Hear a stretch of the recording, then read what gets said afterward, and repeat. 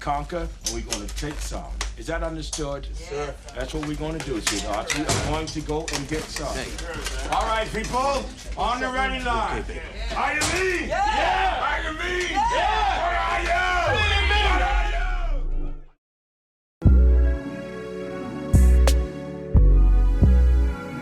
The Exceptional Parent Magazine March issue covers helpful information on hearing, vision, and speech impairments.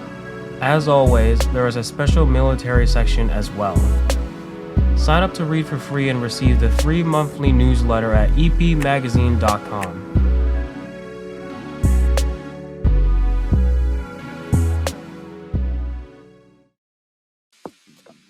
Monotony.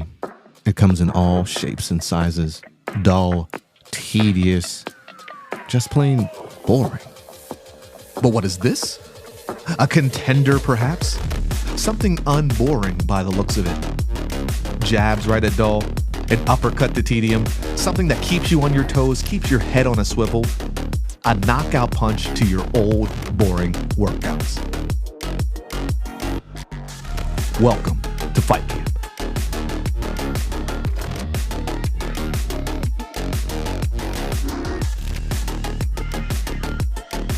Oscar Mike Radio is a proud podcast partner of Reach Across America Radio, heard every Thursday at 11 a.m. and Sunday at 8 a.m. Eastern. They're also big supporters of the nonprofit I Got Your Six, Two Lives at Once. And with every wreath you sponsor through Oscar Mike Radio, $5 goes back to this great organization dedicated to making a difference in the lives of veterans, law enforcement, firefighters, and first responders battling PTSD. Two Lives at Once pairs these brave men and women together with dogs rescued from kill shelters. In this way, two lives are saved at the same time by saving each other. Donate now. Go to reachacrossamerica.org/Oscar Mike Radio to help. That's reachacrossamerica.org/Oscar Mike Radio.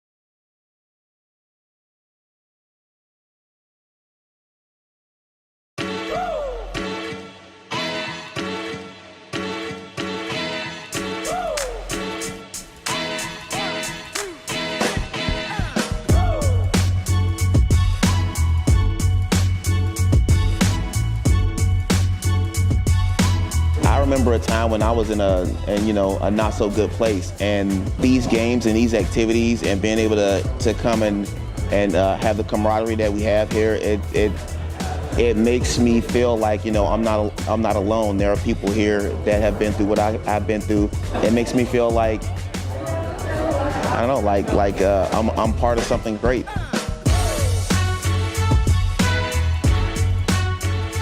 Just let yourself go. Give it a try.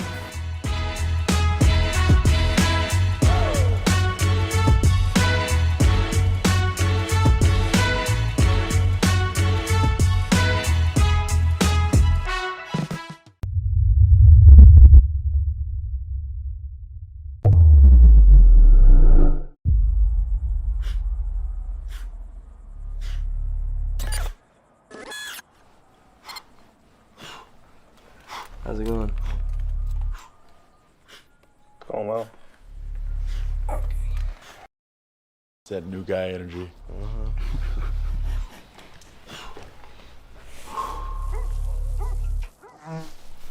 Oh, he's back. That's the fourth time he's done that. Is he peeking or probing? Speaking with serious intent to probe. Alpha 2, we might have guys starting to move on our position.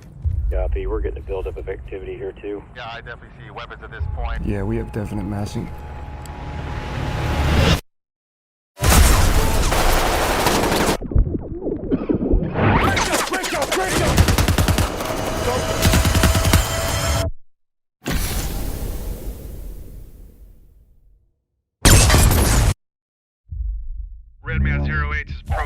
We're seeing activity converging to your north and south.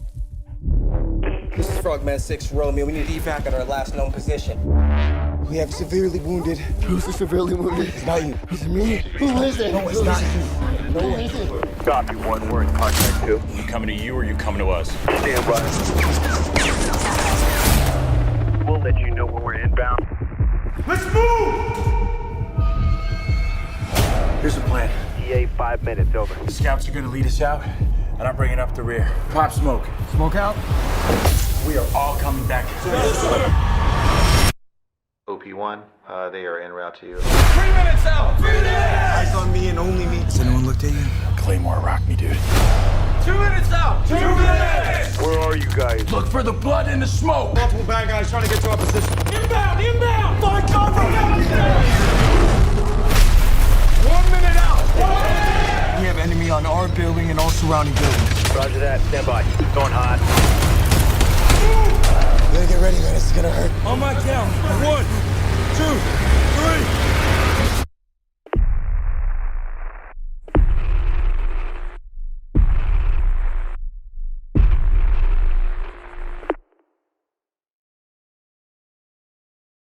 Hello and welcome again to Oscar Mike Radio. My name is Travis, Marine Corps veteran and your host. Oscar Mike Radio is co-produced with Sinister One Productions. What's your podcast doing? I want to thank my sponsor, Joyce ASAC of ASAC Real Estate, and my supporters, Kason Shaving Company, Exceptional Parent Magazine, and Fight Camp. Be your strongest combination. So we're on the mission. We're on move. We are not on Zoom. Yay, I love these in-person interviews. And I have a returning guest.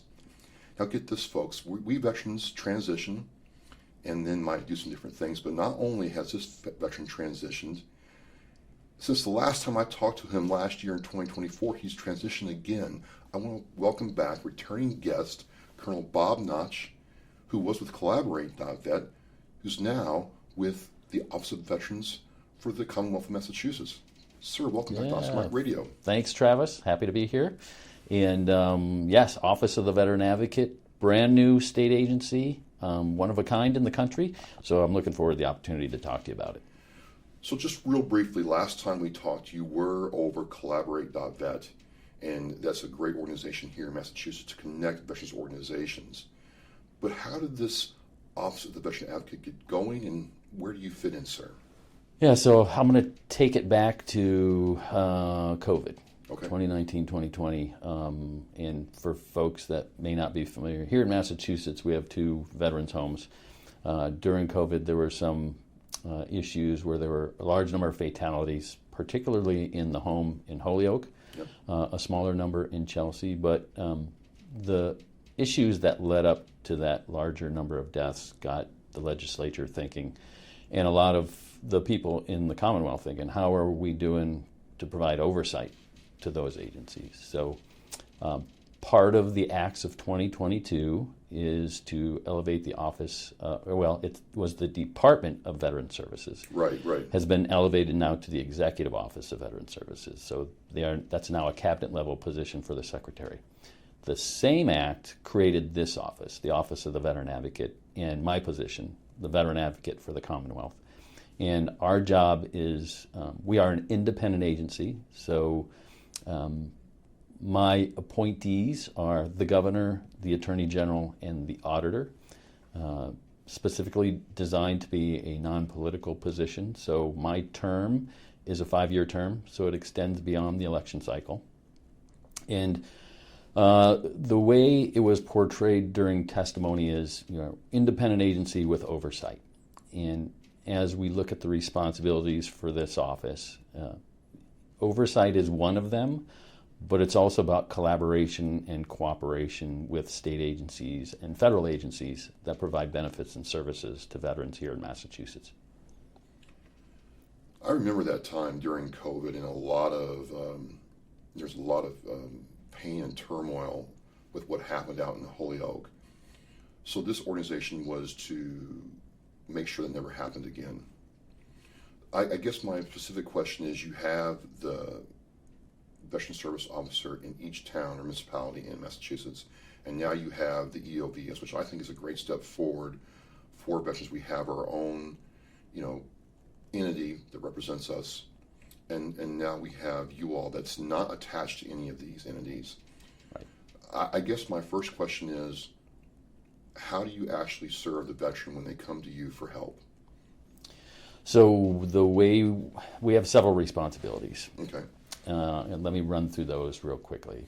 Primarily, we focus a lot on veterans that are in the care of the Commonwealth. So this ties directly to the veterans that are in the 2 veterans' homes. Okay. However, Massachusetts, we have Department of Corrections that run a number of correctional facilities. We have county jails. We also have 3 state-run hospitals. Any one of those entities could be housing and caring for veterans as well.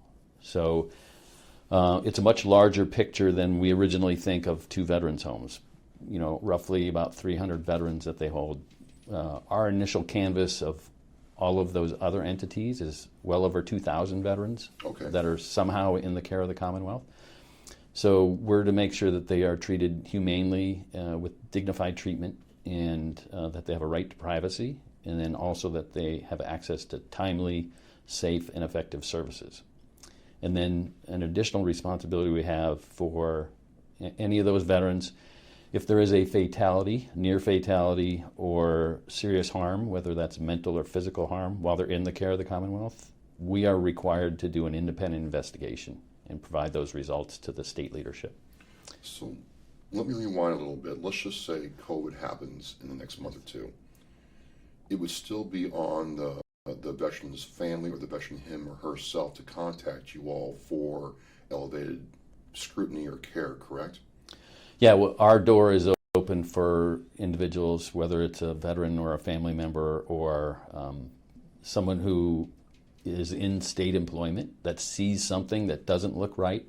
We have the responsibility to take a look at those things that don't seem right. So there's many more responsibilities.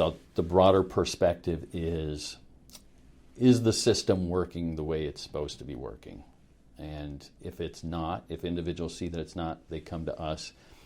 And the way I like to tell people is we don't solve individual veteran problems, we solve veterans problems. So we look at the whole community of veterans and their families in Massachusetts, and how is this issue telling us that the system is either broken or bent or somehow needs adjustments. So that's where we come in. Yeah, I'm trying to really understand that, because I think for my first initial response was, okay, this is somebody else I can go to if there's a problem. And it didn't seem that way actually looking at your website, and I'll have that in the Oscar Mike Radio show post. But this seemed much more focused as an oversight entity to other state entities that represent veterans. Yeah, what we like to say is our job is not to do individual casework, right? Okay. That's what the veteran service agents are for, and some of the other state agencies have programs and benefits that are available as well. Our job is to aid and coordinate with veteran service agents. Gotcha. So we help them be better at their job. We help them liaison with state agencies when they're having difficulty getting through to help the veteran that's sitting in front of them. We also have a liaison responsibility with federal agencies, so we can help in that respect as well. So the way we look at it is our job is not to duplicate, replicate, or create another entity that's there to help. Ours is to help those that exist be better at what they do with our assistance. And then when that system doesn't work right, we want to know about it so we can figure out why the system's not working right. So let me do it this way, sir. Let's just say we have, again, going back to COVID, and a family member, a veteran says, hey, I'm in X location. I think there's a problem. I don't think this is right. What's the process when you all get involved to address that veteran's concern? So anyone can reach out to us. Right. OVA@mass.gov is the email. They can also find us on social media, Facebook, LinkedIn, X, and we have a webpage. So reach out to us, and we're working on some technology. What we're trying to do is create a system where people can leave anonymous tips. Okay. And just let us know, hey, there's something that you might want to take a look into. And that starts the process internally for us to go and examine the system, see what's happening, investigate when it's required, and then we will prepare a report that goes to the state leadership, and it becomes a public document. So what I would tell people is, if you leave us an issue for us to take a look at, we may contact you for more information. Other than that, we're working the process, and then we will provide a report at the end. And so that will become a public document. So we may not come back to you and let you know exactly what happened, but the goal is that we provide a report so everyone understands what we took a look at and what we found. So you all would have been notified about the issue at one of these entities. I'm not going to go back in time because it's back in time, but let's just say it happens now. You get the notification, you begin an investigation process, you issue your report, and so there's no coloring from any other agency. It is your perspective on the issue that's affecting that veteran. If it, so we work on our independence role. So if it's an investigation with a fatality or near fatality, that is independent, but we will partner with other agencies to share finding. What did you see? Are you capturing this? Do we need to go, we'll be cognizant of witnesses and go, do we need to go talk to this person again, or has someone else already covered that, and we can share that information. The other piece of it, though, is we're also a collaborative agency. Okay. So we have three roles when it comes to state agencies. It's to examine the systems, it's to liaison with the agencies, and then it's to assist.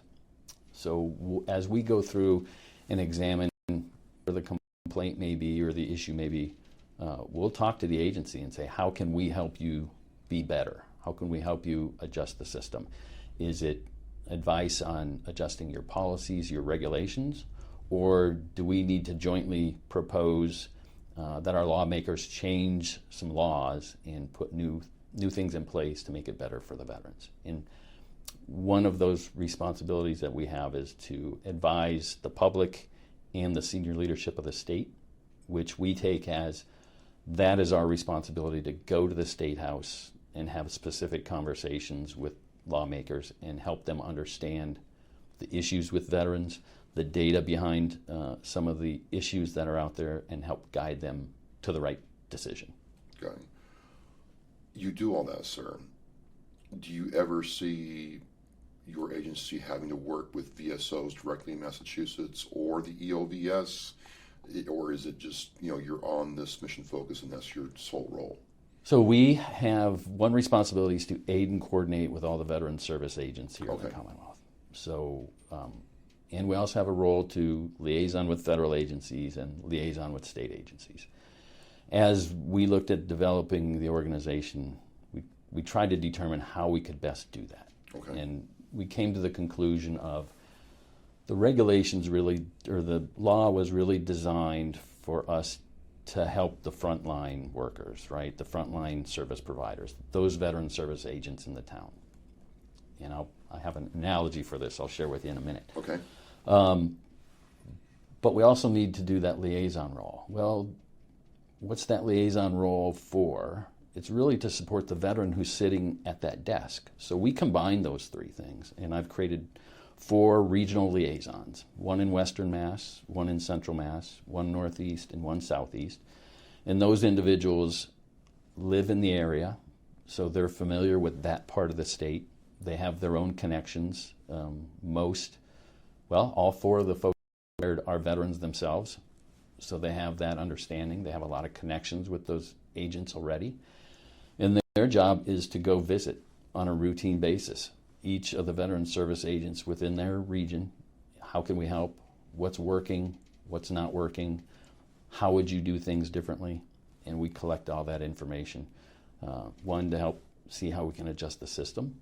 The other part is, how can we help you with the veteran that was in here yesterday and make improvements, make the job a little bit easier.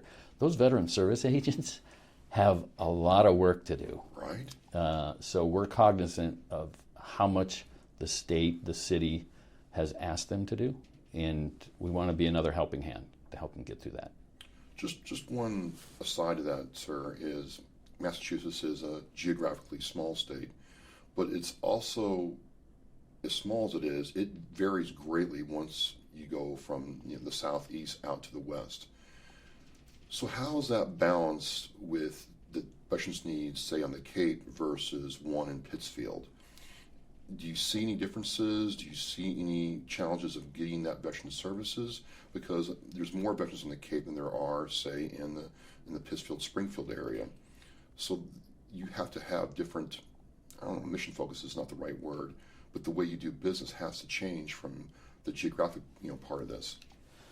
So one, we understand the differences between the geographical regions of the state, and that's why we picked people that live in those regions who understand it. The other part of it is we want to make sure that all of the veterans in the state know that we're here to support them, regardless of what corner of this they live in. I know there's a concern. A lot of the agencies are living, working in the Boston area, right? We want to be able to get out there and be closer to the veterans. So that's one reason. We are looking at data right now. We're trying to capture a lot of data. What I pulled from your comment was heat map. We've talked about this in our office a lot. Can we heat map the state of Massachusetts to find out which regions are more in need of housing for veterans, which regions are more in need of financial assistance for veterans, which ones are in more need of health care for veterans, and is there a difference across the state? So it's a process. We're in the middle of that. One of the major things we're doing right now is just getting an understanding of what programs, benefits, and services exist. How easy is it for veterans in certain regions to access it? A particular thing we're looking at right now is, there are 351 municipalities in Massachusetts. The law says they should all have a veteran service agent, but it also allows them to district when it's difficult. Small towns may not be able to afford a full-time agent. There are rules about population density and whether you should have a full-time agent or a part-time agent. We're taking a look at now is how much is covered with districts, agents that cover multiple cities and towns, versus those that just have one agent full-time, maybe even additional staff to serve one municipality. And we're seeing, Eastern Mass seems to have more density, more veteran service agents per town than in Western Mass. There's a lot more districting and joining of cities out there. Our goal is to kind of figure out what's working, but the overall goal is a veteran, regardless of where you live, should have the same access and the same level of service no matter where you live. And we're trying to get a look at that. Speaking of live and housing, talking to people at the leadership level in Massachusetts, at the state level and at the local level, they're very aware that a person joins the military, leaves the state, and more they're not coming back. And there's questions around that, and it seems to be, sir, a point of concern because, why isn't that person wanting to come back to where they joined from? And that happens in every state, right? But it's definitely noticeable here, and housing does become a big issue for someone coming back from if they deployed out to, Jacksonville or, Camp Lejeune, so on and so forth, the cost of living is less. What do you think has to happen to kind of change that tide? A number of things. We are actually focused on that right now. Okay. We've had a conversation with Human Resources Division at the state level. We're having this conversation with the executive offices that we work with. The first step is, are we doing anything to recruit service members to come to Massachusetts? And I look specifically at the state jobs. I said, we have jobs that need to be filled. What are we doing to get out to the transition centers of our military bases and let people know Massachusetts has jobs? We're a place that has a large number of veteran benefits. Yes, it's a higher cost of living. Those things you have to work around, but there's work here. And not only state work, but biomedicine, financial industry, technology industry, robotics, AI, all of that tech stuff is here in Massachusetts. Green energy, the governor predicted she needs 30,000 jobs filled for green energy. We should be looking at service members and asking them to come to Massachusetts to fill those roles. Now, there are some challenges on the cost of living and housing. Those are bigger conversations, and I know the state is working on that in a broader context. Sure. We need to bring more employees to the state, period. There's still talk about this out-migration of workforce from Massachusetts. What we're trying to promote is, veterans are not the solution to filling the jobs here, but they are part of a solution, and we should give some extra effort to talking to current serving members to make that, when they do come out, come back to Massachusetts if you started from here, or even if you didn't, come to Massachusetts if you want to be in growth industries like technology and green energy. I think it's a way forward because there's so much opportunity here if it's broadcast, if it's known about and supported. So it's very encouraging. As you've gone through this, you transition again from Collaborate.vet to this new role, and you just launched. And it must be an exciting time for you personally to go through these periods in your career in the military. And there's this theme of transition. Do all the same rules still apply, whether you did this or your former roles, where it's about relationships, it's about flexibility and adaptability? Do you still find it to be true? Yeah, those transitions are difficult, right? I think no matter what you're doing. What's interesting about this position is it's not a direct appointee like most secretary positions are at the state level. The governor makes a choice and they get to put that person in. This position was an application process. I put in my application. There was a screening interview. Then there was a panel interview of 10 panelists because that's what the law stated. And then that panel narrows it down to 3, and those 3 get nominated for consideration to the governor, the auditor, and the attorney general for a final decision. So this position is more like any other job out there. It's a little more specified because of the way the law is written. But you go through the same process of, what's my resume look like? Which things matter? What's my experience? Do the people that I've, Collaborate.vet, the Veterans Collaborative, was a great transition for me because I knew a lot of the players in the space already on the nonprofit side, maybe fewer on the state side.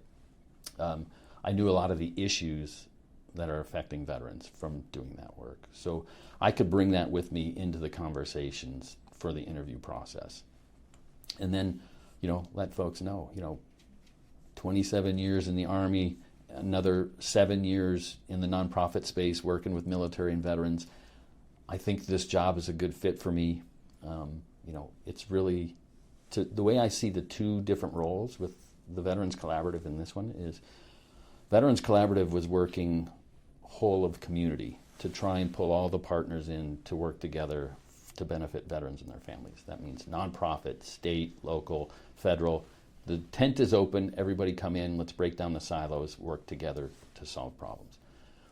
This one, the way the law is written right now, is more of a whole of government approach. It's the same concept, but it's really focused on state agencies with a little bit of connection to the federal agencies. My goal, long term, is once we get established with whole of government, that we can join with the work the collaborative is doing to get to whole of community support, to be able to tie in those local providers that are, nonprofits doing their own work. How do we tie the big picture together?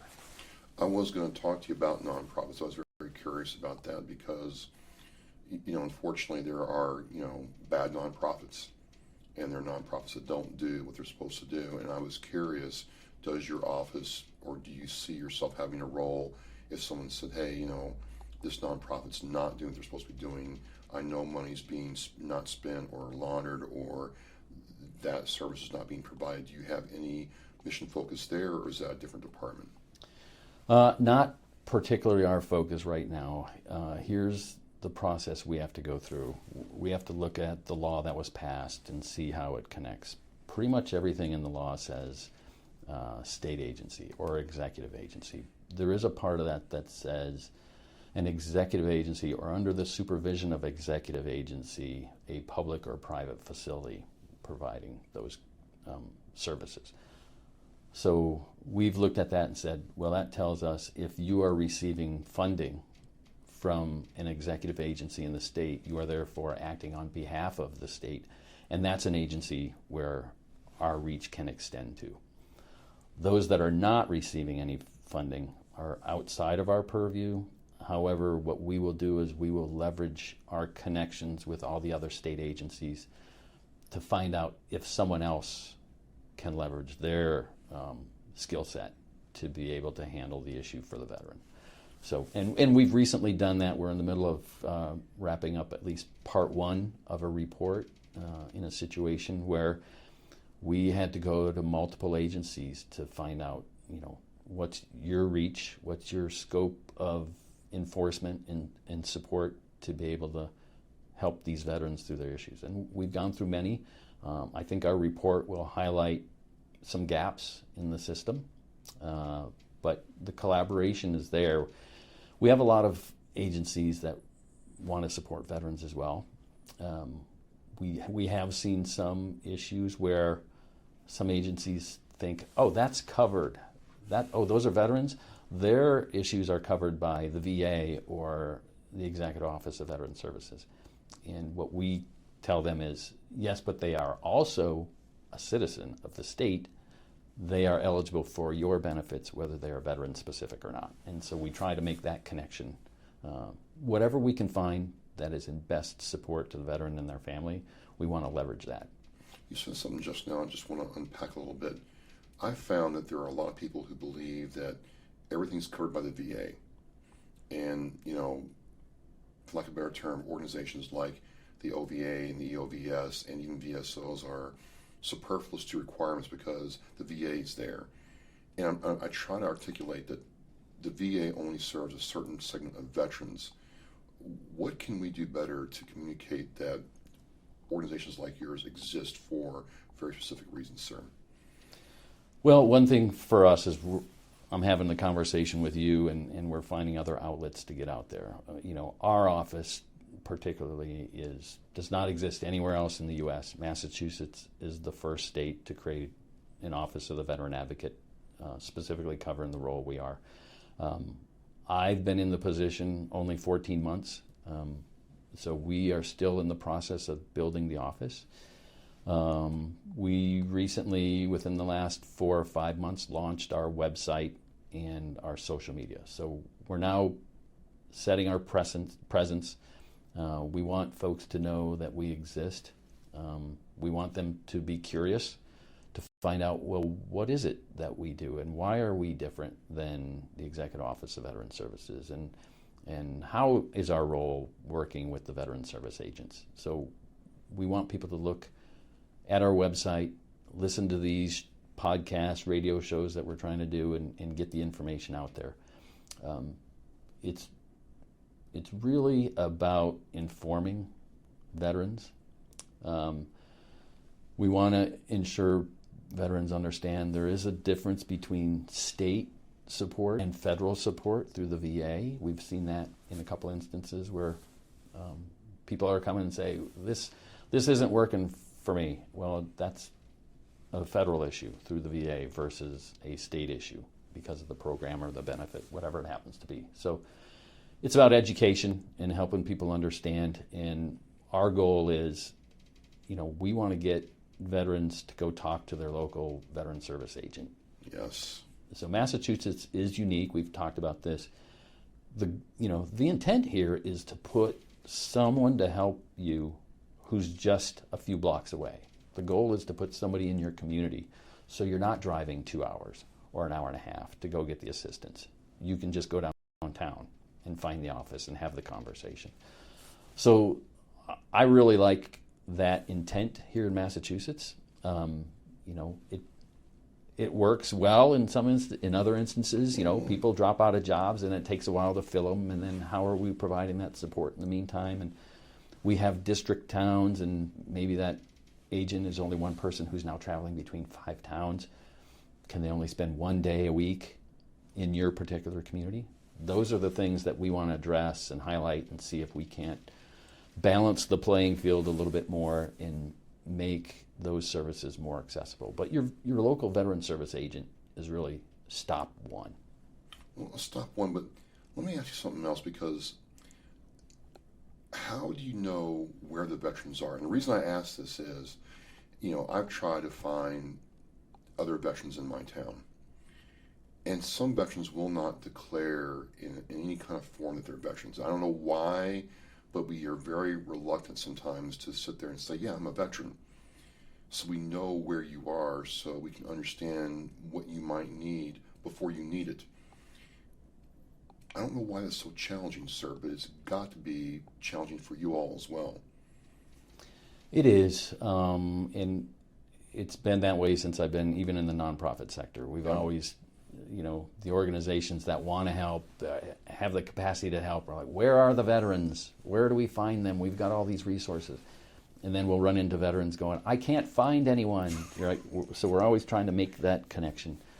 On one hand, would love to have a way to know where every veteran is in the Commonwealth.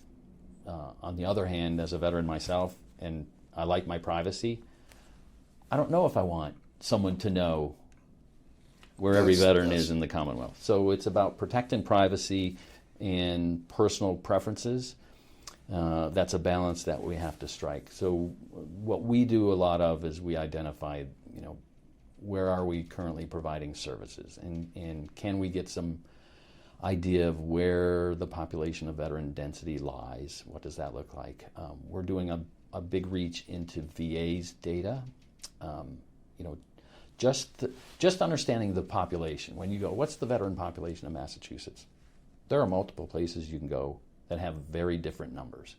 Really? Okay. So if you go to census data, you'll get one number. Well, what our office has focused on is we will use the VA's, it's called vet population data, because they use census data, plus they use their own internal data on people who've been asking for help.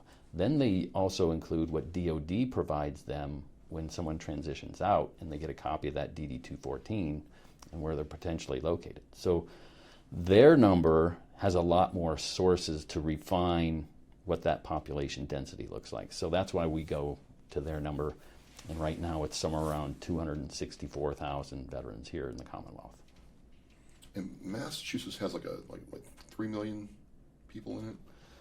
Somewhere closer to 7. 7, okay. So so the veteran population here is somewhere between 3 and 4% of the population of the state.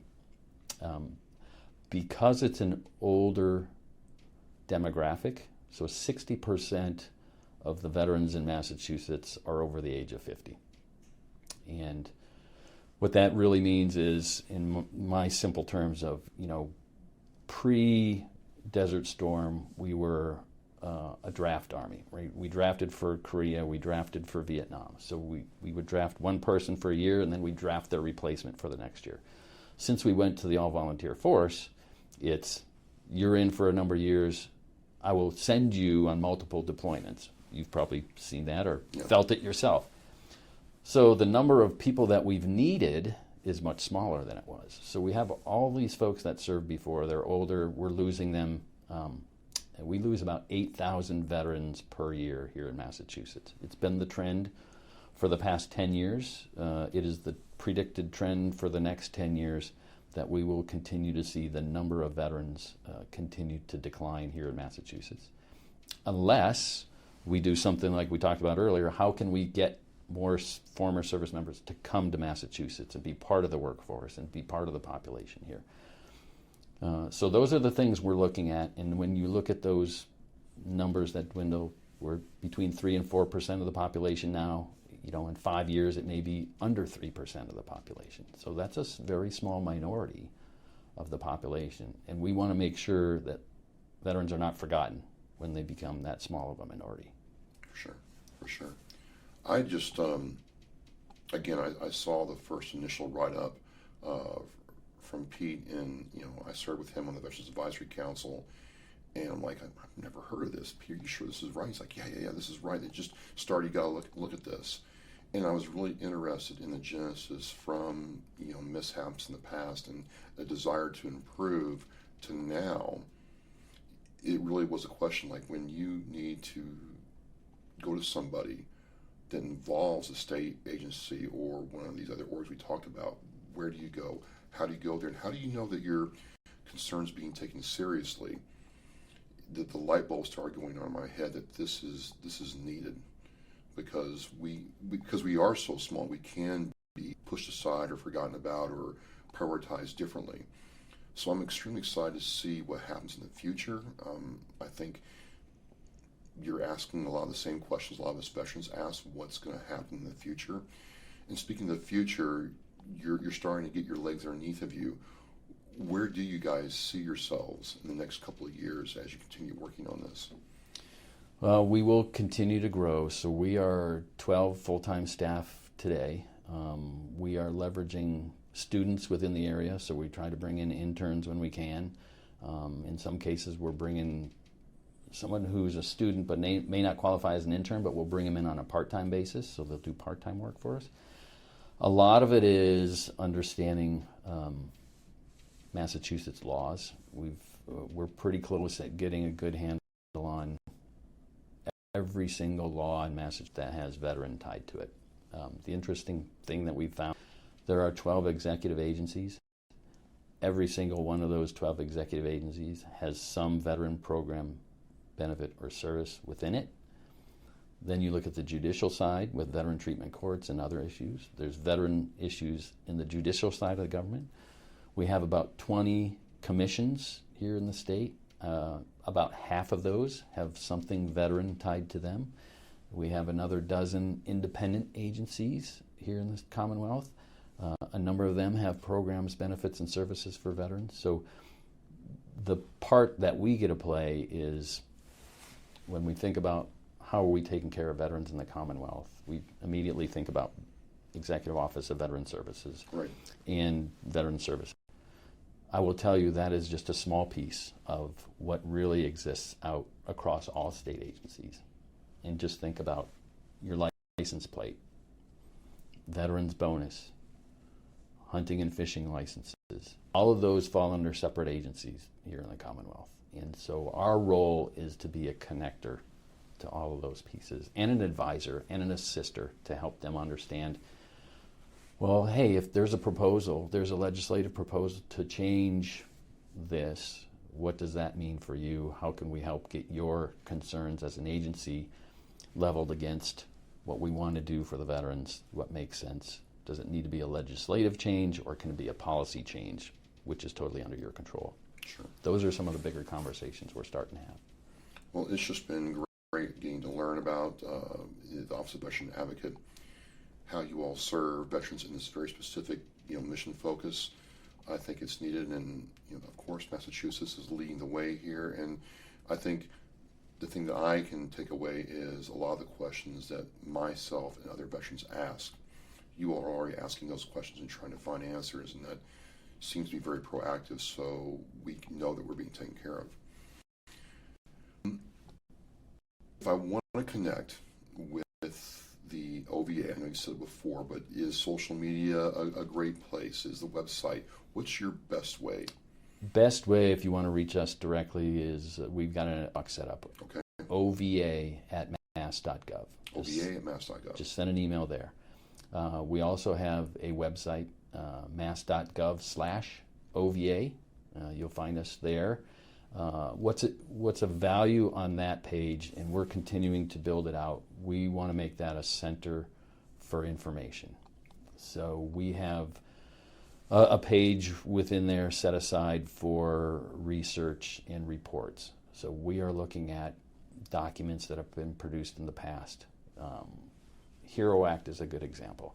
Within the HERO Act, there were 5 requirements, I think it was about 5, where, hey, create a commission to look at X and then provide this report. a lot of times those happen, they get sent back to the State House and they're gone.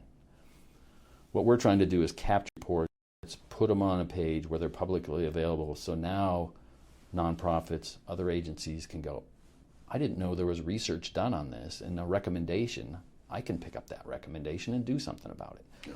So we want to make that information available. It's really hard to find when you're trying to go 12 executive agencies and 20 commissions and all of that information out there. So we're trying to kind of gather it, focus it. I would recommend people take a look at our first annual report that we submitted this fall, which just sets a baseline of our office, our specific statutory requirements, and how we're addressing those in 4 issues that we're taking a look at this year specifically. Well, sir, I want to thank you for coming back on Oscar Mike Radio and talking with me. It was a great first, and I'll have the link to that show where we first met and talked. And then now I've just felt like I've gotten a master class in how different agencies can work together. And again, this theme of transition, you have served our country, you served nonprofits, and now you serve, at the state level. It's just a really great story. I want to thank you for sharing with me. I'm just happy to have the opportunity to continue the work and serve service members, their families, veterans. It still keeps that fire burning inside, right? Once you're part of the community, you're always part of it, and it's a great way to continue to give back. So love what I'm doing. Thank you very much. Well, there you have it, folks. I'll have all the links to what the Office of the Veteran Advocate does here in the Commonwealth and Oscar Mike Radio show post. Thank you for watching. Please share this episode, especially with those in Massachusetts. As we say in Oscar Mike Radio, we are mission in flight. Thank you. The biggest fear Gold Star families have that their child will be forgotten. We need to never forget freedom wasn't free. It's the fact that they give us the life we have now. We should remember them and give thanks to them. If I can be a part of something today that's going to make the surviving family of any of these veterans, these heroes, feel better tomorrow, then it's worth it. That one wreath symbolizes one family that was able to smile because of the generous donations. To sponsor a wreath and honor a veteran, visit wreathsacrossamerica.org. Thank you for listening and watching Oscar Mike Radio, where our active duty service members and veterans are in action and the mission is in flight. Oscar Mike Radio is an oversized load co-Sinister One production. If you are a veteran or know a veteran who needs help, please dial 988 and press 1 for the Veterans Crisis Line.